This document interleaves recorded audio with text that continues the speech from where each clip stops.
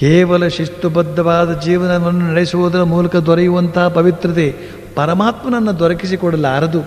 ಬದಲಾಗಿ ನಿಮ್ಮ ಮನಸ್ಸನ್ನು ಶಾಂತವಾಗಿಡಬಲ್ಲದು ಅಷ್ಟೇ. ಪರಮಾತ್ಮನನ್ನು ದೊರಕಿಸಿಕೊಡಬೇಕಾದ್ರೆ ಇನ್ನೂ ಹೆಚ್ಚಿನ ಪರಿಶುದ್ಧತೆ ಹೊಂದಬೇಕು. ಆ ಪವಿತ್ರತೆಯನ್ನು ಗಳಿಸಿಕೊಳ್ಳುವುದು ಹೇಗೆ? ಪರಮಾತ್ಮನ ಪ್ರಾರ್ಥನೆಯಿಂದಲೇ. ಆ ಪರಮಾತ್ಮನನ್ನೇ ವಿಶೇಷವಾದಂತಹ ರೀತಿಯಲ್ಲಿ ಪ್ರಾರ್ಥಿಸಿಕೊಳ್ತಾ ಅವನನ್ನೇ ಸಾಕ್ಷಾತ್ಕರಿಸಿಕೊಳ್ಳಬಹುದಾದಂಥ ಒಂದು ವಿಶೇಷ ಪವಿತ್ರತೆ ನಮ್ಮಲ್ಲಿ ಉಂಟಾಗ್ತದೆ. ಈ ಪವಿತ್ರತೆಯನ್ನು ನಮ್ಮದಾಗಿಸಿಕೊಳ್ಳಬೇಕಾಗಿದೆ ಅಂತನೋ ಒಂದು ಮಾತನ್ನು ಹೇಳಿ, ಈಗ ಇನ್ನೊಂದು ಬಹುಮುಖ್ಯವಾದ ವಿಷಯವನ್ನು ನಾವು ಸಮಾಲೋಚಿಸಬೇಕಾಗಿದೆ. ಈ ಪವಿತ್ರತೆಯ ಕುರಿತಾಗಿ ಒಂದು ಸಮಾಲೋಚನೆ ನಡೆಸಬೇಕಾಗಿದೆ. ಈ ಪವಿತ್ರತೆ ಕುರಿತಾಗಿ ಒಂದು ಸಮೀಕ್ಷೆ ನಡೆಸಬೇಕಾಗಿದೆ. ಏನದು ಏನದು ಏನದು? ಪ್ರಾಪಂಚಿಕತೆಯ ಹಂತದಿಂದ ದೈವಿಕತೆಯ ಎತ್ತರಕ್ಕೆ ಏರುವಲ್ಲಿ ಈ ಪವಿತ್ರತೆಯ ಅವಶ್ಯಕತೆ ಅಷ್ಟಿಷ್ಟಲ್ಲ. ಆದರೆ ಈ ಭೋಗ ಭೂಮಿಯಲ್ಲಿ ಪವಿತ್ರತೆ ಎಂಬ ಧನ್ಯ ಸ್ಥಿತಿಯೊಂದು ಇದೆ ಅಂತನ್ನುವುದನ್ನು ತಿಳಿದವರೇ ಅತಿ ವಿರಳವಾಗಿರುವಾಗ ಇನ್ನು ಅದರ ಅವಶ್ಯಕತೆಯನ್ನು ಕಾಣಬಲ್ಲವರು ಯಾರಿದ್ದಾರೆ? ಮತ್ತು ಈ ಪವಿತ್ರತೆಯ ಬಗ್ಗೆ ಎಲ್ಲೋ ಅಲ್ಪ ಸ್ವಲ್ಪ ಕೇಳಿದವರು ಸಹ ಅದು ತಮ್ಮ ದಾಂಪತ್ಯ ಜೀವನಕ್ಕೆ ಸರಿಬಾರದ ವಿಷಯ ಅಂತ ತಿಳಿದು ಅದಕ್ಕೆ ದೂರದಿಂದಲೇ ಕೈ ಮುಗಿದು ಬಿಡ್ತಾರೆ. ಆದರೆ ಇದೊಂದು ನಿರಾಧಾರವಾದಂತಹ ತಪ್ಪು ತಿಳುವಳಿಕೆ. ಪವಿತ್ರತೆ ಎಂಬುದು ಗೃಹಸ್ಥರಿಗೆ ಸಂಬಂಧ ಪಡದೇ ಇರುವಂತಹ ವಿಷಯ ಅಂತ ತಿಳಿಯುವಂತಹದ್ದು ಬಹಳ ದೊಡ್ಡ ಒಂದು ತಪ್ಪು ತಿಳುವಳಿಕೆ.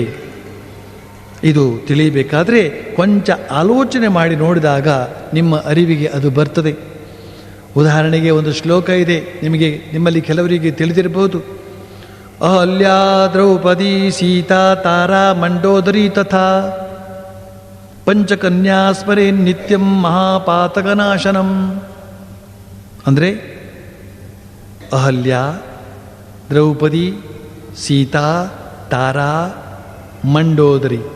ಅಹಲ್ಯಾ ಅಂತ ಹೇಳಿದರೆ ಗೌತಮ ಋಷಿಯ ಪತ್ನಿ, ದೇವೇಂದ್ರ ಬಂಧು ಸಮಾಚಾರ ನಿಮಗೆ ಗೊತ್ತು. ದ್ರೌಪದಿ 5 ಜನ ಗಂಡಂದರ ಹೆಂಡತಿ. ಸೀತಾ ರಾವಣನಿಂದ ಅಪಹೃತಲಾದವಳು. ತಾರಾ ವಾಲಿಯ ಹೆಂಡತಿ, ಸುಗ್ರೀವನ ಹೆಂಡತಿ. ಮಂಡೋದರಿ ರಾಕ್ಷಸನ ಹೆಂಡತಿ. ಈ 5ರನ್ನ ಇಲ್ಲಿ ಕನ್ಯೆಯರು ಅಂತ ಕರೆಯಲಾಗಿರುವುದನ್ನು ಗಮನಿಸಬೇಕು. ಮತ್ತು ಈ 5 ಗೃಹಿಣಿಯರು ಆಗಿದ್ದದ್ದು ಬಹಳ ವಿಶ್ವವಿದಿತ. ಈ 5 ಜನರು ಗೃಹಿಣಿಯರಾಗಿದ್ದರು ಅಂತ ಹೇಳ್ತಕ್ಕಂಥದ್ದು ಎಲ್ಲರಿಗೂ ಗೊತ್ತಿರತಕ್ಕಂಥ ಅಂಶ. ಅಲ್ಲದೆ ಇವರ ಕಥೆಗಳು ಕೂಡ ಸ್ವಲ್ಪ ವಿಲಕ್ಷಣವಾದವುಗಳೇ.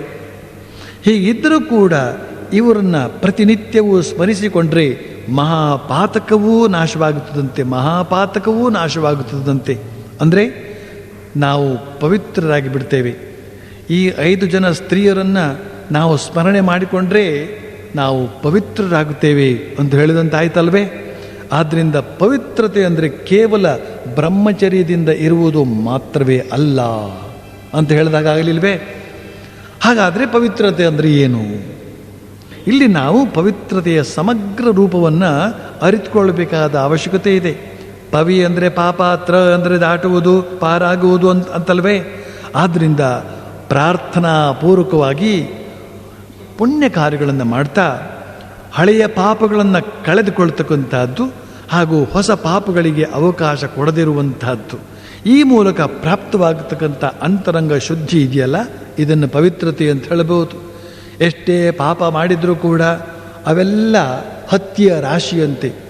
ಒಂದು ಚೂರು ಬೆಂಕಿ ಅದಕ್ಕೆ ತಗಲಿತು ಅಂತ ಹೇಳಿದ್ರೆ ಎಲ್ಲವೂ ಕೂಡ ಸುಟ್ಟು ಭಸ್ಮ ಆಗಿಬಿಡ್ತದೆ. ಹಾಗೇನೇ ಈ ಪಾಪಕ್ಕೆ ಒಂದು ಸ್ವತಃ ಅಸ್ತಿತ್ವ ಅಂತೇನೂ ಇಲ್ಲ. ಜ್ಞಾನಾಗ್ನಿ ಅಂತ ಹೇಳ್ತಕ್ಕಂಥದ್ದು ಅದಕ್ಕೆ ತಗಲಿತು ಅಂತ ಹೇಳಿದ್ರೆ ಅವೆಲ್ಲವೂ ಕೂಡ ಸುಟ್ಟು ಭಸ್ಮವಾಗ್ತದೆ. ಈ ಸಂದರ್ಭದಲ್ಲಿಯೇ ಏನು ಮಾಡಿದರೆ ಪಾಪ ಅಂತನ್ನೋದನ್ನು ತಿಳಿದುಕೊಳ್ಬೇಕಾದ ಅವಶ್ಯಕತೆ ಇದೆ. ಯಾಕೆ ಅಂದರೆ ತಾನು ಮಾಡ್ತಾ ಇರುವುದು ಪಾಪ ಕಾರ್ಯ ಅಂತನ್ನುವ ಅರಿವು ಇಲ್ಲದೇ ಇರುವುದರಿಂದಲೇ ಮನುಷ್ಯ ಪಾಪ ಕಾರ್ಯಗಳನ್ನು ಮಾಡುವುದರಲ್ಲಿಯೇ ನಿರತನಾಗಿರುತ್ತಾನೆ. ಪರ್ಯಾಲೋಚಿಸಿ ನೋಡಿದಾಗ ಕೆಲವೊಮ್ಮೆ ಯಾವುದು ಪುಣ್ಯ ಕಾರ್ಯ ಯಾವುದು ಪಾಪ ಕಾರ್ಯ ಅಂತ ವಿಂಗಡಿಸಿ ತಿಳಿಯುವುದಕ್ಕೆ ಕೆಲವು ಸರ್ತಿ ಸಾಧ್ಯವಾಗುವುದಿಲ್ಲ. ಅದೊಂದು ಧರ್ಮ ಸಂಕಟದ ಪರಿಸ್ಥಿತಿ ಅಂತನ್ನಿ. ಆದರೆ ಯಾವ ಕಾರ್ಯವನ್ನು ಮಾಡಿ ಮುಗಿಸಿದ ಕೂಡಲೇ ಮನಸ್ಸಿಗೆ ಶಾಂತಿ ಸಮಾಧಾನ ನೆಲೆಗೊಳ್ಳುತ್ತದೋ ಬರ್ತದೋ ಅದು ಖಂಡಿತವಾಗಿಯೂ ಉತ್ತಮ ಕಾರ್ಯ, ಅದು ಸತ್ಕಾರ್ಯ. ಯಾವ ಕಾರ್ಯವನ್ನು ಮಾಡಿ ಮುಗಿಸಿದ ಕೂಡಲೇ ಮನಸ್ಸಿಗೆ ಶಾಂತಿ ನೆಮ್ಮದಿ ತೃಪ್ತಿ ಸಮಾಧಾನ ದೊರೆತದೋ ಅದೇ ಸತ್ಕಾರ್ಯ. ಹಾಗೇನೇ ಯಾವ ಕಾರ್ಯ ಮಾಡಿ ಮುಗಿಸಿದಾಗ ಮನಸ್ಸಿನಲ್ಲಿ ತುಮುಲ ಗೊಂದಲ ಕಂಡು ಬರ್ತದೋ ಅದು ಖಂಡಿತವಾಗಿಯೂ ಪಾಪ ಕಾರ್ಯ, ಅದು ದುಷ್ಕಾರ್ಯ. ಈ ದುಷ್ಕಾರ್ಯ ಅಂತ ಹೇಳ್ತಕ್ಕಂಥದ್ದು ಸಣ್ಣ ಪ್ರಮಾಣದ್ದಾದರೂ ಸರಿಯೇ ದೊಡ್ಡ ಪ್ರಮಾಣದಾದರೂ ಸರಿಯೇ ಅದು ಮಾಡಿದವನ ಮನಸ್ಸನ್ನು ಅಶಾಂತಗೊಳಿಸದೆ ಬಿಡೋದಿಲ್ಲ. ಸುಮ್ಮನೆ ಒಂದು ಸುಳ್ಳು ಹೇಳಿದರೂ ಸಾಕು, ಸಾಕು, ಮನಸ್ಸು ಒಳಗೊಳಗೆ ಒಂದು ಬಗೆಯ ಕಸಿವಿಸಿಯನ್ನು ಅನುಭವಿಸ್ತಾ ಇರ್ತದೆ. ಕಳ್ಳನ ಮನಸ್ಸು ಹುಳ್ಳುಗೆ ಅಂತನ್ನುವ ಮಾತು ಇದೆ. ಇಲ್ಲಿ ಕೆಲವರು ಕೇಳಬಹುದು ಒಂದು ಪ್ರಶ್ನೆಯನ್ನು, ಏನು ಅಂತಂದರೆ ಸುಳ್ಳಿನ ಸರಮಾಲೆ ಪದೇ ಪದೇ ಸುಳ್ಳು ಹೇಳ್ತಕ್ಕಂಥವನು ಕೂಡ ಖುಷಿಯಾಗಿ ಓಡಾಡ್ಕೊಂಡಿರೋದು ಕಂಡು ಬರ್ತಾ ಇದೆಯಲ್ಲ. ಸಮಾಜದಲ್ಲಿ ಸುಳ್ಳಿನ ಸರಮಾಲನ್ನೇ ಹೇಳ್ತಾ ಇದ್ದರೂ ಕೂಡ ಖುಷಿಯಾಗಿರೋದನ್ನು ನಾವು ಕಾಣ್ತಾ ಇದ್ದೇವಲ್ಲ ಅಂತಂದರೆ, ಆ ಪ್ರಶ್ನೆಯನ್ನು ಹಾಕುವವರು ಹೋಗಿ ಆ ಸುಳ್ಳು ಹೇಳ್ತಕ್ಕಂಥವನ ಮಾನಸಿಕ ಸ್ಥಿತಿಯನ್ನು, ಅವನ ಅಂತರಂಗ ಸ್ಥಿತಿಯನ್ನು ನೋಡಬೇಕು. ಅವನ ಅಂತರಂಗದಲ್ಲಿ ಯಾವಾಗಲೂ ತುಂಬಲ. ಆದರೆ ಅಂತರಂಗವನ್ನು ಕಂಡವರು ಯಾರು? ಇರಲಿ, ಸುಳ್ಳು ಮಾತ್ರ ಅಲ್ಲ, ಮೋಸ, ಕಪಟ, ವಂಚನೆ, ಕಳ್ಳತನ ಇವೇ ಮೊದಲಾದಂತಹ 100 ದುಷ್ಕಾರ್ಯ ಮಾಡುವವರಿದ್ದಾರೆ. ಇವರೆಲ್ಲ ಪವಿತ್ರತೆ ಅಂತ ಹೇಳ್ತಕ್ಕಂತಹ ಪಾವನಕರ ಆದರ್ಶಕ್ಕೆ ಅದೆಷ್ಟು ದೂರ ಅಂತ ನಿಮಗೆ ಅನಿಸೋದಿಲ್ವೇ? ಆದರೆ ನಾವಿಲ್ಲಿ ಆಲೋಚಿಸಿ ನೋಡಬೇಕಾದ ಇನ್ನೊಂದು ಅತಿ ಸೂಕ್ಷ್ಮವಾದಂತಹ ಮುಖ್ಯಾಂಶವಿದೆ. ಏನು ಅಂತಂದರೆ, ಸಾಮಾನ್ಯವಾಗಿ ಈ ಪವಿತ್ರತೆ ಅಂತ ಹೇಳಿದ ಅಕ್ಷಣ ಬ್ರಹ್ಮಚರ್ಯದ ಆದರ್ಶ ಮನಸ್ಸಿಗೆ ಬರ್ತದೆ. ಬ್ರಹ್ಮಚರ್ಯದ ಆದರ್ಶ ಅಥವಾ ಲೈಂಗಿಕ ಶುದ್ಧಿಯ ಕಡೆಗೆ ಗಮನ ಹರಿಯುವುದುಂಟು. ಎಲ್ಲಿಯವರೆಗೆ ಅಂತಂದರೆ, ಧರ್ಮಸಮ್ಮತವಾಗಿ ವಿವಾಹ ಮಾಡಿಕೊಂಡವರು ಕೂಡ ಹಾಗೂ ಸರ್ವ ವಿಧದಿಂದ ಸಜ್ಜನರಾಗಿದ್ದರೂ ಕೂಡ ತಮ್ಮಲ್ಲಿ ಒಂದು ಬಗೆಯ ಅಪವಿತ್ರತೆ ಇದೆ ಎಂಬ ಅಳುಕು ಇರುವುದಾಗಿ ಅವರು ಹೇಳ್ತಾರೆ. ಆದರೆ ಧರ್ಮಸಮ್ಮತವಾದ ಗೃಹಸ್ಥ ಜೀವನ ಅಂತ ಹೇಳ್ತಕ್ಕಂಥದ್ದು ಪವಿತ್ರತೆಯಿಂದಿರುವುದಕ್ಕೆ ಸುತರಾಂ ಬಾಧಕ ಅಲ್ಲ ಅಂತನ್ನೋದನ್ನು ಅರಿಯಬೇಕಾದರೆ ನಮ್ಮ ಸಮಾಜದಲ್ಲಿ ಇಂದಿಗೂ ಕಂಡು ಬರುವಂತಹ ಕೆಲವು ಸಾತ್ವಿಕ ದಂಪತಿಗಳ ದರ್ಶನ ಮಾಡಬೇಕು. ಅವರ ನಡೆನುಡಿ ವ್ಯವಹಾರಗಳನ್ನು ಗಮನಿಸಬೇಕು. ಆಗ ಅವರ ಪವಿತ್ರತೆಯ ಪಾವನಕರ ಸ್ಪಂದನ ನಮ್ಮೆದೆಗೆ ತಂಪು ನೀಡುವುದನ್ನು ನೋಡಬೇಕು. ಇನ್ನೊಂದು ಅದ್ಭುತವಾದ ಸಂಗತಿ ಏನು ಅಂತ ಹೇಳಿದ್ರೆ, ಈ ಪವಿತ್ರತೆ ಅಂತ ಹೇಳ್ತಕ್ಕಂಥದ್ದು ಕೇವಲ ಕೆಲವು ಉನ್ನತ ವರ್ಗದವರ ಸ್ವತ್ತಲ್ಲ ಅಂತ. ಇದು ಇತರ ನಿಮ್ನ ವರ್ಗಗಳಲ್ಲೂ ಅಲ್ಲಲ್ಲಿ ವ್ಯಕ್ತವಾಗಿರುವುದನ್ನು ನಾವು ನೋಡಬಹುದು. ಹಾಗೂ ಅವರ ಜೀವನದಿಂದ ನಮ್ಮೆದೆಗೆ ತಿಂಗಳ ಬೆಳಕು, ಚಂದ್ರನ ತಂಪು ಬೀರ್ತಾ ಇರುವುದನ್ನು ಕೂಡ ಕಾಣಬಹುದು. ಅಂತಹ ಕೆಲವು ಉದಾಹರಣೆಗಳನ್ನು ಇಲ್ಲಿ ಕೊಡಬಹುದು. ಆದರೆ ಇಲ್ಲಿ ನಾನು ಹೇಳುವುದಕ್ಕಿಂತ ಅಂಥವರ ಬಳಿಗೆ ನೀವು ಹೋಗಿ ನೋಡುವುದು ಹೆಚ್ಚು ಸಾರ್ಥಕ. ಸಂಸಾರವಂದಿಗರಾಗಿದ್ದು ಕೂಡ ಪರಮ ಪವಿತ್ರರಾಗಿರ್ತಕ್ಕಂಥ ವ್ಯಕ್ತಿಗಳಿರುವುದನ್ನು ಹೋಗಿ ನೀವು ಸಂದರ್ಶಿಸಬೇಕು. ಸಂದರ್ಶನ ಮಾಡೋದು ಬಹಳ ಮುಖ್ಯವಾದಂಥ ಅಂಶ. ಇಂತಹ ವ್ಯಕ್ತಿಗಳು ಇದ್ದಾರೆ. ಎಂತೆಂತಹ ಗುಣಮಟ್ಟದ ಸಂತ ಮಹಾಂತರೆಲ್ಲ ಬರಲಿಲ್ವ ಈ ಜಗತ್ತಿಗೆ? ಎಂತೆಂಥ ಅವತಾರ ಪುರುಷರು, ಪವಾಡ ಪುರುಷರು ಜಗತ್ತಿಗೆ ಬರಲಿಲ್ವೇ? ಇವರೆಲ್ಲ ಎಲ್ಲಿಂದ ಬಂದರು ಅಂತನ್ನುವ ಪ್ರಶ್ನೆಯನ್ನು ಹಾಕಿಕೊಳ್ಬೇಕು. ಈ ಎಲ್ಲ ಸಂತ ಮಹಾಂತರು ಕೂಡ ಗೃಹಸ್ಥರ ಮನೆಯಿಂದಲೇ ಬಂದವರು. ಹಾಗಿದ್ದರೆ ಗೃಹಸ್ಥ ಜೀವನ ಅಪವಿತ್ರವೇ? ಗೃಹಸ್ಥ ಜೀವನ ನಡೆಸಿಯೂ ಪವಿತ್ರವಾದ ವ್ಯಕ್ತಿತ್ವವನ್ನು ಬೆಳೆಸಿಕೊಳ್ಳಬಹುದು ಅಂತನ್ನೋದಕ್ಕೆ ಇದೆಲ್ಲ ನಮಗೆ ಬಹಳ ದೊಡ್ಡ ದೊಡ್ಡ ಉದಾಹರಣೆ.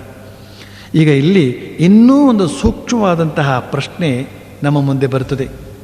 ಏನು ಅಂತ ಹೇಳಿದರೆ, ಗೃಹಸ್ಥರು ಪವಿತ್ರ ಜೀವನ ನಡೆಸಬಲ್ಲರು ಅಂತ ಹೇಳೋದಾದರೆ ಶುದ್ಧವಾದ ಬ್ರಹ್ಮಚರ್ಯ ಜೀವನದಲ್ಲಿ ಕಾಣತಕ್ಕಂತಹ ಪರಿಶುದ್ಧತೆಗೆ ಯಾವ ಸ್ಥಾನ ಕೊಡಬೇಕು ಅಂತನ್ನುವ ಪ್ರಶ್ನೆ. ಈ ಪ್ರಶ್ನೆಗೆ ಉತ್ತರ ಕೊಡೋದಕ್ಕೆ ಸ್ವಲ್ಪ ಕಷ್ಟ ಇದೆ. ಯಾಕೆ ಅಂದರೆ ಇದೊಂದು ಅತಿ ಸೂಕ್ಷ್ಮವಾದಂಥ ವಿಷಯ.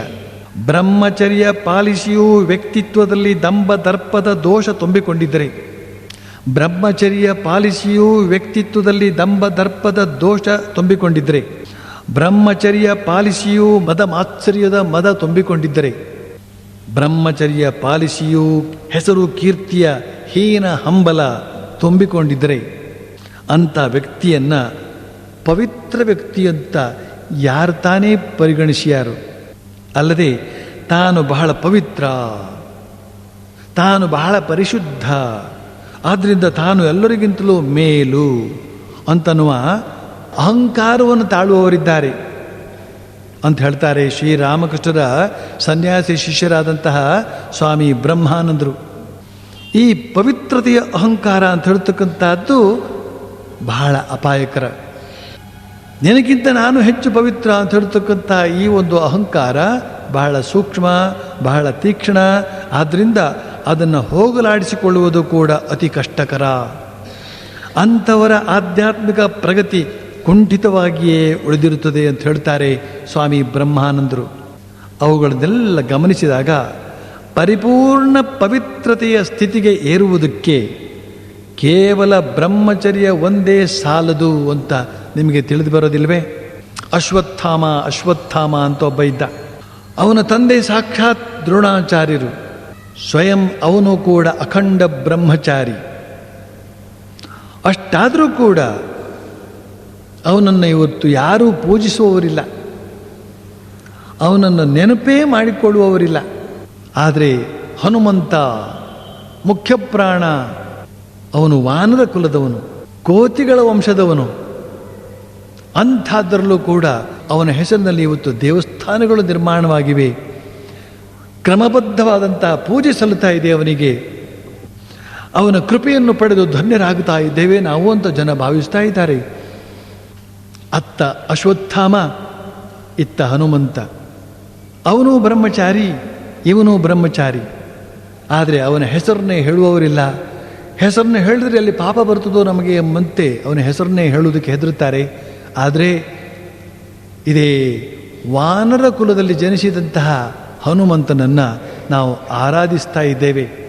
ತುಳಸಿದಾಸರು ಹನುಮಾನ್ ಚಾಲೀಸಾ ಅಂತ ಹೇಳ್ತಕ್ಕಂತಹ ಶ್ರೇಷ್ಠವಾದಂಥ ಒಂದು ಸ್ತೋತ್ರವನ್ನೇ ಬರೆದು ಅದನ್ನು ಪಡಿಸಿದಂತಹ ಪ್ರತಿಯೊಬ್ಬರೂ ಕೂಡ ವಿಶೇಷವಾದ ಆತ್ಮಶಕ್ತಿಯನ್ನು ಪಡೆದು ತಮ್ಮ ಎಲ್ಲ ಸಂಕಟಗಳಿಂದ ಪಾರಾಗ್ತಾ ಇದ್ದಾರೆ.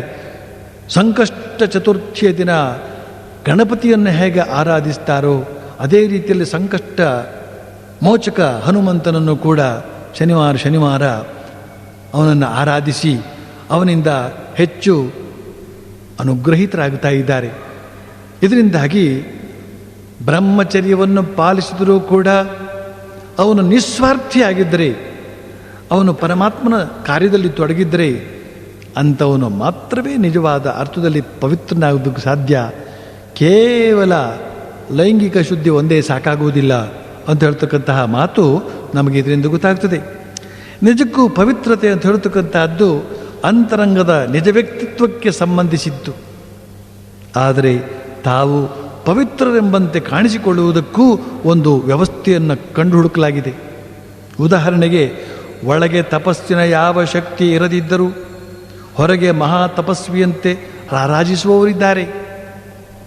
ಹಾಗೆಯೇ ಒಳಗೆ ಯಾವುದೇ ಬಗೆಯ ತ್ಯಾಗ ವೈರಾಗ್ಯಗಳ ಗಂಧವೇ ಇಲ್ಲದಿದ್ದರೂ ಹೊರಗೆ ಕಾವಿಧಾರಿಗಳಾಗಿ ರಾರಾಜಿಸುವವರಿದ್ದಾರೆ. ವೈರಾಗ್ಯಗಳ ಗಂಧವೇ ಇಲ್ಲದಿದ್ದರೂ ಹೊರಗೆ ಅವರು ಮಹಾ ಸಾಧುಗಳೆಂಬಂತೆ ಕಾಣಿಸಿಕೊಳ್ಳುವವರಿದ್ದಾರೆ. ಇವರನ್ನೆಲ್ಲ ಕಂಡು ಭಯಭಕ್ತಿಯಿಂದ ನಡೆದುಕೊಳ್ಳತಕ್ಕಂಥ ನಿಷ್ಠಾವಂತ ಅನುಯಾಯಿಗಳೂ ಕೂಡ ಇದ್ದಾರೆ. ಆ ನಿಷ್ಠಾವಂತ ಅನುಯಾಯಿಗಳನ್ನು ಮುಗ್ಧರು ಅನ್ನಿ ಅಥವಾ ಮದ್ದುಗಳು ಅನ್ನಿ ಇವರ ದಸೆಯಿಂದಾಗಿ ಆ ವೇಷಧಾರಿ ಯೋಗಿಗಳು, ವೇಷಧಾರಿ ಸನ್ಯಾಸಿಗಳು ತಾವು ಬಹಳ ದೊಡ್ಡ ಪವಿತ್ರರು ಎಂಬಂತೆ ಕಾಣಿಸಿಕೊಳ್ಳುವಲ್ಲಿ ಮಾತ್ರ ಯಶಸ್ವಿಗಳಾಗಿ ಬಿಟ್ಟಿದ್ದಾರೆ. ಆದರೆ ಜನಗೋಟಿ ಎಚ್ಚರಗೊಳ್ಳಬೇಕು ಮತ್ತು ಅರಿತುಕೊಳ್ಳಬೇಕು. ಪವಿತ್ರತೆ ಅಂದರೆ ವೇಷಧಾರಣೆ ಅಲ್ಲ ಅಂತ. ಪವಿತ್ರತೆ ಅಂದರೆ ವೇಷಧಾರಣೆ ಅಲ್ಲ. ಅಲ್ಲಿ ಯಾವ ವೇಷಕ್ಕೂ ಎಡೆ ಇಲ್ಲ ಅಂತ. ಒಮ್ಮೆ ಮಾತಿನ ಸಂದರ್ಭದಲ್ಲಿ ದಾರಿ ತಪ್ಪಿದ ಸನ್ಯಾಸಿಯ ಪ್ರಸ್ತಾಪ ಬಂದಾಗ ಶ್ರೀ ಶಾರದಾ ದೇವಿಯವರು ಹೇಳ್ತಾರೆ, ಇದನ್ನೆಲ್ಲ ನೋಡಿದರೆ ನನ್ನ ಬಿಳಿ ಬಟ್ಟೆ ಇದೆಯಲ್ಲ ಅದೆಷ್ಟೋ ವಾಸಿ ಅಂತ. ನಿಜಕ್ಕೂ ವೇಷರಹಿತ ತಾಜಾತನವೇ ಪವಿತ್ರತೆಯ ಸ್ಪಷ್ಟ ದ್ಯೋತಕ. ವೇಷವೆಲ್ಲ ವಿಷ, ವೇಷವೆಲ್ಲ ವಿಷ, ತಾಜಾತನವೇ ಅಮೃತ. ದಂಬದರ್ಪದ ಅಮಲು ಇಳಿಯದವರು, ಹೆಸರು ಕೀರ್ತಿಯ ಹಸಿವು ಹಿಂಗದವರು, ಮತ್ಸರವನ್ನು ಮುದ್ದಾಗಿ ಪೋಷಿಸುವವರು, ತಪಸ್ವಿ ವೇಷ ಧರಿಸಿದರೇನು, ಕಾವಿಧಾರಿಗಳಾದರೇನು ಅಂತ ಜನ ಗೊಣಗುಡ್ತಾ ಇದ್ದಾರೆ. ಅದರಲ್ಲಿ ಸತ್ಯಾಂಶ ಇದೆ. ಆದರೆ ಪರಮ ಕರುಣಾಮಯನ ಕೃಪೆಯಿಂದ ಅಲ್ಲಲ್ಲಿ ಅತ್ಯುತ್ತಮ ತಪಸ್ವಿಗಳು ಇದ್ದಾರೆ, ಅತಿ ಉದಾತ್ತ ಸನ್ಯಾಸಿಗಳು ಇದ್ದಾರೆ. ಇವರು ವೈರಾಗ್ಯನೀಗಳೆಂಬುದು ನಿಜ, ಪರಮ ಪವಿತ್ರರೆಂಬುದು ಸತ್ಯ. ಅವರ ಆಶೀರ್ವಾದ, ಅವರ ಪವಿತ್ರತೆ ವರ್ಧಿಸಲಿ, ಆ ಪವಿತ್ರತೆ ನಮ್ಮನ್ನು ಕಾಪಾಡಲಿ ಅಂತ ಪ್ರಾರ್ಥಿಸಿಕೊಳ್ಬೇಕು. ಇಲ್ಲಿ ಇನ್ನೊಂದು ಸಾಂತ್ವನದ ಮಾತನ್ನು ನಾವು ಕೇಳ್ತೇವೆ. ಪವಿತ್ರತೆಯಿಂದ ಜಾರಿ, ಪವಿತ್ರತೆಯಿಂದ ಜಾರಿ. ಪತಿತರಾಗುವುದಕ್ಕೆ ಹೆಚ್ಚು ಹೊತ್ತೇನೂ ಬೇಕಿಲ್ಲ.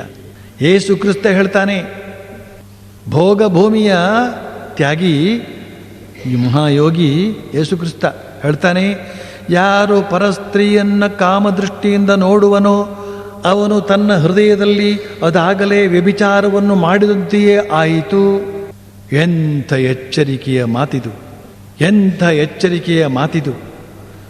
ಸ್ವೇಚ್ಛಾಚಾರವನ್ನೇ ಮೈಗೂಡಿಸಿಕೊಂಡಿರುವ ಪಾಶ್ಚಾತ್ಯ ದೇಶದ ಅವತಾರ ಪುರುಷನ ಬಾಯಿಯಿಂದ ಬಂದಂಥ ಈ ಎಚ್ಚರಿಕೆಯ ನುಡಿ ನಮ್ಮನ್ನು ತತ್ತರಿಸುವಂತೆ ಮಾಡುವುದಿಲ್ಲವೇ? ಆದರೆ ಹೀಗೆ ಚಾರಿತ್ರ್ಯ ನಿರ್ಮಾಣದ ವಿಷಯದಲ್ಲಿ, ಪವಿತ್ರತೆಯನ್ನು ಕಾಪಾಡಿಕೊಳ್ಳುವ ವಿಷಯದಲ್ಲಿ ಅವತಾರ ಪುರುಷರು, ಸಾಧು ಸಂತರು ಕಠಿಣ ವ್ರತವನ್ನೇ ಬೋಧಿಸಿದರೂ ಕೂಡ ಕಲಿಯುಗದ ಸಾಧಕರು ಕಾಲಧರ್ಮಕ್ಕೆ ಅನುಗುಣವಾಗಿ ಆ ಮಟ್ಟದ ಮನಸ್ಥಿತಿಯವರಾಗಿರೋದಿಲ್ಲ ಅಂತನ್ನೋದನ್ನು ಅರಿತಂತಹ ಜಗನ್ಮಾತೆ ಶ್ರೀ ಶಾರದಾ ದೇವಿಯವರು ಭಕ್ತವರ್ಗಕ್ಕೆ ಭರವಸೆಯನ್ನು ಕೊಡ್ತಾರೆ. ಅದೊಂದು ಅತ್ಯಂತ ಅದ್ಭುತವಾದಂತಹ ಭರವಸೆ. ಅದನ್ನು ಈ ಶಬ್ದಗಳ ನಡುವೆ ಹೇಳೋದಕ್ಕಾಗೋದಿಲ್ಲ. ನಿನ್ನೆ ಮಾಡಿದಂತೆ ಅವರೊಂದಿಗೆ ನಾವು ಕೂಡ ಎಲ್ಲ ದೇವದೇವಿಯರ ಮೂಲ ತತ್ವವಾದಂತಹ ಆ ಓಂಕಾರವನ್ನು ಜಪಿಸೋಣ. ಓಂ ಓಂ ಓಂ.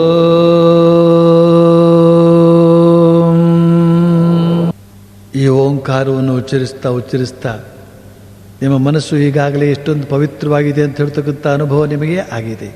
ಓಂಕಾರ ಅಂತ ಹೇಳ್ತಕ್ಕಂಥದ್ದು ಎಲ್ಲ ಧರ್ಮಗಳಿಗೂ ಮೂಲ, ಎಲ್ಲ ಮಂತ್ರಗಳಿಗೂ ಮೂಲ, ಎಲ್ಲ ಧರ್ಮಗಳಿಗೂ ಮೂಲ, ಎಲ್ಲ ಮಂತ್ರಗಳಿಗೂ ಮೂಲ. ಓಂ ನಮೋ ನಾರಾಯಣಾಯ, ಓಂ ನಮಃ ಶಿವಾಯ. ಶಿವನಿಗೂ ಮೂಲ ಮಂತ್ರ ಓಂಕಾರ, ವಿಷ್ಣುವಿಗೂ ಮೂಲ ಮಂತ್ರ ಓಂಕಾರ, ದುರ್ಗೆಗೂ ಮೂಲ ಮಂತ್ರ ಓಂಕಾರ, ಎಲ್ಲ ದೇವದೇವಿಯರಿಗೂ ಮೂಲ. ಈ ಓಂಕಾರವನ್ನು ನಾವು ಎಷ್ಟೆಷ್ಟು ಭಾವಿಸಿದರೆ ಅಷ್ಟಷ್ಟು ಐಕಮತ್ಯ ನಮ್ಮ ಭಾರತದಲ್ಲಿ ತಾನೇ ತಾನಾಗಿ ನೆಲೆಗೊಳ್ಳುತ್ತದೆ. ಓಂಕಾರವೆಂಬ ಮೂಲಕ್ಕೆ ನಮ್ಮ ಮನಸ್ಸನ್ನು ಕೊಂಡೊಯ್ದಾಗ ನಮ್ಮಲ್ಲಿರ್ತಕ್ಕಂಥ ಭೇದ ಭಾವನೆಗಳೆಲ್ಲ ತನ್ನಷ್ಟಕ್ಕೆ ಅಳಿಸಿ ಹೋಗುತ್ತವೆ. ಇರಲಿ, ಆ ವಿಚಾರ ಹಾಗಿರಲಿ. ಈಗ ಮನಸ್ಸಿನಲ್ಲಿ ಕಲುಷಿತವಾದ ಭಾವನೆ ಎದ್ದು ಮನುಷ್ಯ ಅಪವಿತ್ರನಾಗುತ್ತಾನೆ. ಆದರೆ ಕಲಿಯುಗದಲ್ಲಿ ಮನಸ್ಸು ಕಾರಣವಿಲ್ಲದೆಯೇ ಚಂಚಲವಾಗಿ ಬಿಡುತ್ತದೆ. ಯೇಸು ಕ್ರಿಸ್ತ ಹೇಳಿದ, ಮನಸ್ಸಿನಲ್ಲಿ ಕಾಮಭಾವನೆ ಬಂದರೂ ಸಾಕು, ಅವನಾಗಲೇ ವ್ಯಭಿಚಾರ ಮಾಡಿದಂತೆ ಆಯಿತು ಅಂತ. ಶ್ರೀಮಾತೆ ಶಾರದಾ ದೇವಿ ಒಂದು ಆಶ್ವಾಸನೆಯನ್ನು ಕೊಡ್ತಾರೆ. ಕಲಿಯುಗದಲ್ಲಿ ಮಾನಸಿಕ ಅಪರಾಧವನ್ನು ಕ್ಷಮಿಸಲಾಗುತ್ತದೆ. ಜಗತ್ತು ಯಾರನ್ನ ಇಂದು ಜಗನ್ಮಾತೆ ಅಂತ ಗುರುತಿಸಿ ಆರಾಧಿಸ್ತಾ ಇದೆಯೋ ಅಂತಹ ಶ್ರೀ ಶಾರದಾ ದೇವಿಯವರು ಅಪಾರ ವಾತ್ಸಲ್ಯದಿಂದ ತಮ್ಮ ಸಾಧಕ ಸಂತಾನ ಮಾನಸಿಕವಾದ ಏನೋ ಒಂದು ಅಲ್ಪ ತಪ್ಪಿಗಾಗಿ ಭ್ರಷ್ಟ ಅಂತ ಅನಿಸಿಕೊಳ್ಳುವ ಸ್ಥಿತಿಯಿಂದ ಪಾರು ಮಾಡಿದ್ದಾರೆ ಅಂತ ಹೇಳ್ಬೋದು. ಕೇವಲ ಮಾನಸಿಕವಾದಂಥ ಒಂದು ನ್ಯೂನತೆಯಿಂದಾಗಿ, ದೋಷದಿಂದಾಗಿ ಅವನು ಭ್ರಷ್ಟನಾಗಲಾರ. ಯಾಕೆ? ಜಗನ್ಮಾತೆಯ ಆಶೀರ್ವಾದ ಇದೆ. ಆದರೆ ಶ್ರೀ ಶಾರದಾ ದೇವಿಯವರು ಹಾಗೆ ಭರವಸೆ ಕೊಟ್ಟರು ಅಂತಂದುಕೊಂಡು ಮನದೊಳಗೆ ನಾವು ಭೋಗ ಸಾಮ್ರಾಜ್ಯವನ್ನೇ ನಿರ್ಮಾಣ ಮಾಡಿಕೊಳ್ಳೋದಲ್ಲ. ಅವರು ನೀಡಿದಂತಹ ಭರವಸೆಯ ಅಭಿಪ್ರಾಯ ಏನು ಅಂತಂದರೆ, ಅತ್ಯಂತ ನಿಷ್ಠೆಯಿಂದ ಪರಿಶುದ್ಧವಾದ ಜೀವನ ನಡೆಸ್ತಾ ಇದ್ರೂ ಕೂಡ ಅಕಸ್ಮಾತ್ ಮನಸ್ಸೊಮ್ಮೆ ವಿಚಲಿತವಾದರೆ ಹತಾಶರಾಗಬೇಕಾಗಿಲ್ಲ. ಅದಕ್ಕೆ ಕ್ಷಮೆ ಇದೆ. ಆ ಕ್ಷಮೆಯನ್ನು ಉಪಯೋಗಿಸಿಕೊಂಡು ತಮ್ಮ ನಿಷ್ಠಾಯುತವಾದ ಸಾಧನೆಯಲ್ಲಿ ಮುನ್ನಡೆಯಬಹುದು ಅಂತ ಆ ಮಾತಿನ ಅರ್ಥ. ತಪ್ಪು ಮಾಡಿದರೆ ಅದನ್ನೊಬ್ಬರು ಕ್ಷಮಿಸಿದ್ದಾರೆ ಎಂದ ಮಾತ್ರಕ್ಕೆ ಮತ್ತೆ ಮತ್ತೆ ಅದನ್ನು ಮಾಡಿದರೆ ಆ ತಪ್ಪನ್ನು ಕ್ಷಮಿಸಲಾಗುವುದಿಲ್ಲ. ಇಂಥ ಎಚ್ಚರಿಕೆಯ ಮಾತನ್ನು ಕೂಡ ಜೊತೆಗೆ ನಾವು ಮನಸ್ಸಿಗೆ ತಂದುಕೊಳ್ಬೇಕಾಗುತ್ತದೆ. ಈಗ ಇನ್ನೊಂದು ಘಟನೆಯನ್ನು, ನನ್ನ ಅನುಭವಕ್ಕೆ ಸಂಬಂಧಪಟ್ಟಂತಹದ್ದನ್ನು ಹೇಳೋದಕ್ಕೆ ಇಷ್ಟಪಡ್ತೇನೆ. 1961 ಬೆಂಗಳೂರು ರಾಮಕೃಷ್ಣಾಶ್ರಮ. ನಾನು ಅಲ್ಲಿ ಬ್ರಹ್ಮಚಾರಿಯಾಗಿ ಸೇರಿ 1 ವರ್ಷ ದಾಟಿತ್ತು. ಅಲ್ಲಿನ ಅಧ್ಯಕ್ಷರು ಪರಮ ಪೂಜ್ಯ ಸ್ವಾಮಿ ಯತೀಶ್ವರಾನಂದಜಿ ಮಹಾರಾಜರು, ನನ್ನ ಗುರುಗಳು. ಇದಿಷ್ಟು ಹಿನ್ನೆಲೆ. ಒಂದಾನೊಂದು ಮಧ್ಯಾಹ್ನ 1:30 ಗಂಟೆ ಇರಬಹುದು ಸಮಯ. ನಮ್ಮೆಲ್ಲರ ಊಟ ಮುಗಿದಿತ್ತು ಅಂತ ಹೇಳಬೇಕಾಗೇ ಇಲ್ಲ. ಆ ಹೊತ್ತಿಗೆ ಇಬ್ಬರು ದಂಪತಿಗಳು ಬಂದರು. ಬಂಗಾಳಿಗಳು ಇರಬೇಕು. ಪೂಜ್ಯ ಸ್ವಾಮಿ ಯತೀಶ್ವರಾನಂದಜಿಯವರ ಶಿಷ್ಯರು. ಆದ್ದರಿಂದ ಅವರಿಗೆ ಸುದ್ದಿ ಮುಟ್ಟಿಸಿದೆ ನಾನು. ಅವರು ಹೊರಗೆ ಬಂದು ಅತಿಥಿಗಳೊಂದಿಗೆ ಮಾತನಾಡಿದಾಗ ತಿಳಿದು ಬಂತು ಅವರಿಗಿನ್ನೂ ಊಟವಾಗಿರಲಿಲ್ಲ ಅಂತ. ಸ್ವಾಮೀಜಿಯವರು ನನ್ನನ್ನು ವಿಚಾರಿಸಿದರು, ಅಡುಗೆ ಏನಾದರೂ ಮಿಕ್ಕಿದೆಯೇ ಅಂತ. ಹೌದು ಒಂದೇ. ಯಾಕೆಂದರೆ ನಾನೇ ಭಂಡಾರಿ ಅಂತಂದರೆ ಅಡುಗೆ ಮನೆಯ ಉಸ್ತುವಾರಿ ನೋಡಿಕೊಳ್ಳುವವನು. ಸೇರಿದ ಹೊಸ್ತರಲ್ಲೇ ನಾನು ಅಡುಗೆ ಮನೆ ನೋಡ್ಕೊಳ್ತಾ ಇದ್ದೆ. ಅತಿಥಿಗಳನ್ನು ಊಟದ ಮನೆಗೆ ಕರೆದುಕೊಂಡು ಹೋದೆ. ತಟ್ಟೆ ಇಟ್ಟು ಉಣಬಡಿಸಿದೆ. ಪೂಜ್ಯ ಸ್ವಾಮೀಜಿಯವರು ಜೊತೆಗೇ ಬಂದಿದ್ದರು. ಅವರು ಅಲ್ಲೇ ನೆಲದ ಮೇಲೆಯೇ ಅತಿಥಿಗಳ ಮುಂದೆ ಕುಳಿತುಕೊಂಡು ಅವರನ್ನು ಉಪಚರಿಸಿದರು. ಅದು ಸೆಕೆಗಾಲವಾಗಿತ್ತು. ಸೆಕೆಯೊಂದಿಗೆ ನೊಣಗಳ ಕಾಟ. ಪೂಜ್ಯ ಸ್ವಾಮೀಜಿಯವರು ನನ್ನಿಂದ ಬೀಸಣಿಗೆ ಒಂದನ್ನು ತರಿಸ್ಕೊಂಡು ಬೀಸ್ತಾ ನೊಣಗಳನ್ನು ಓಡಿಸೋದಕ್ಕೆ ಆರಂಭಿಸಿದರು. ನಡುವೆ ಆ ದಂಪತಿಗಳಿಗೂ ಗಾಳಿ ಬೀಸಿದರು. ನಾನೆಂದೆ, ಸ್ವಾಮೀಜಿ ಆ ಬೀಸಣಿಗೆ ಎಲ್ಲಿ ಕೊಡಿ, ನಾನು ಬೀಸ್ತೇನೆ. ಆದರೆ ಸ್ವಾಮೀಜಿ ತಾವೇ ಬೀಸುವುದನ್ನು ಮುಂದುವರಿಸಿದರು. ಊಟ ಮುಗಿಯಿತು. ಸ್ವಲ್ಪ ಹೊತ್ತು ಮಾತುಕತೆ ಆದ ನಂತರ ಅತಿಥಿಗಳು ಪೂಜ್ಯರಿಂದ ಆಶೀರ್ವಾದ ಪಡೆದು ಬೀಳ್ಕೊಂಡ್ರು. ಈ ವೇಳೆಗೆ ನನ್ನ ಮನಸ್ಸನ್ನು ಒಂದು ಪ್ರಶ್ನೆ ಆವರಿಸಿ, ಇಷ್ಟು ದೊಡ್ಡ ಸ್ವಾಮಿಗಳು, ಸಾಲದ್ದಕ್ಕೆ ಮಂತ್ರದೀಕ್ಷೆ ಕೊಡುವ ಗುರುಗಳು, ಆ ದಂಪತಿಗಳು ಊಟ ಮಾಡ್ತಾ ಇರುವಾಗ ಅವರ ಮುಂದೆ ಕುಳಿತುಕೊಂಡು ಗಾಳಿ ಬೀಸುವುದಂದ್ರೆ ಏನು, ನೊಣ ಓಡಿಸುವುದಂದ್ರೆ ಏನು ಅಂತನ್ನುವ ಪ್ರಶ್ನೆ. ದಕ್ಷಿಣ ಭಾರತದ ಸಂಪ್ರದಾಯಸ್ಥ ಪರಂಪರೆಯಲ್ಲಿ ಬೆಳೆದು ಬಂದವನು ನಾನು. ಆದ್ದರಿಂದ ನನ್ನ ಮನಸ್ಸಿನಲ್ಲಿ ಈ ಪ್ರಶ್ನೆಯೊಂದಿಗೆ ಇನ್ನೂ ಕೆಲವು ಉಪಪ್ರಶ್ನೆಗಳು ಕೂಡ ಉದಿಸಿದವು. ಆದರೆ ಬಾಯ್ಬಿಟ್ಟು ಕೇಳುವುದಕ್ಕೆ ನನ್ನೊಳಗೆ ಇನ್ನೂ ಸಾಕಷ್ಟು ಧೈರ್ಯ ಬೆಳೆದಿರಲಿಲ್ಲ. ಹೊಸದಾಗಿ ಸೇರಿಕೊಂಡಂತಹ ಬ್ರಹ್ಮಚಾರಿ. ಆದರೆ ನಾನು ಕೇಳಬೇಕಾಗಿ ಪೂಜ್ಯ ಸ್ವಾಮೀಜಿಯವರ ಬಾಯಿಯಿಂದ ಒಂದು ವಾಕ್ಯ ತನ್ನಷ್ಟಕ್ಕೆ ಹೊರಹೊಮ್ಮಿತು. ಸಾಕ್ಷಾತ್ ಲಕ್ಷ್ಮೀನಾರಾಯಣರು. ಅದಕ್ಕಿಂತ ಹೆಚ್ಚು ಒಂದೇ ಒಂದು ಶಬ್ದ ಕೂಡ ಬರಲಿಲ್ಲ. ಸಾಲದೆ ಇನ್ನು ಹೆಚ್ಚಿನ ಮಾತು ಯಾಕೆ ಬೇಕು? ಪೂಜ್ಯ ಸ್ವಾಮೀಜಿಯವರ ಮುಖಕಮಲದಿಂದ ಈ ವಾಣಿ ಹೊರಹೊಮ್ಮಿ ಇಂದಿಗೆ 41 ವರ್ಷಗಳೇ ಸಂದುವು. ಆದರೆ ಅದರ ಪರಿಣಾಮ ಮಾತ್ರ ನನ್ನ ಮನಸ್ಸಿನಲ್ಲಿ ಇನ್ನೂ ಬೃಹದಾಕಾರವಾಗಿ ಬೆಳೆದಿದೆ, ಬೆಳೆಯುತ್ತಲೇ ಇದೆ. ಕೃಪಾಂ ಕುರು ಮಹಾದೇವಿ ಸುತೇಷು ಪ್ರಣತೇಷು ಚ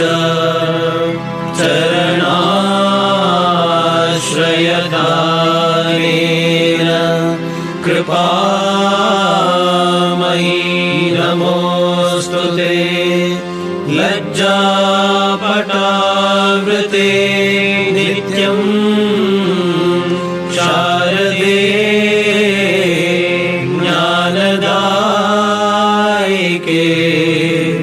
ಪಾಪೇಭ್ಯೋ ನ ಸದಾ ರಕ್ಷ ಕೃಪಾಮಯೀ ನಮೋಸ್ತುತೇ. ರಾಮಕೃಷ್ಣಗತ ಪ್ರಾಣ ತನ್ನಾಮ ಶ್ರವಣ ಪ್ರಿಯ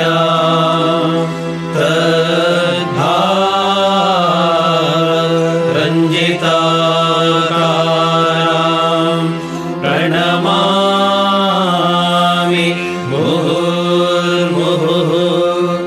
ಪವಿತ್ರಂ ಚರಿತಂ ಯಸ್ಯಾಃ ಪವಿತ್ರಂ ಜೀವನಂ ತಥಾ ಪವಿತ್ರತಾ ಸ್ವರೂಪಿಣ್ಯೈ ತಸ್ಯೈ ಕುರ್ಮೋ ನಮೋ ನಮಃ.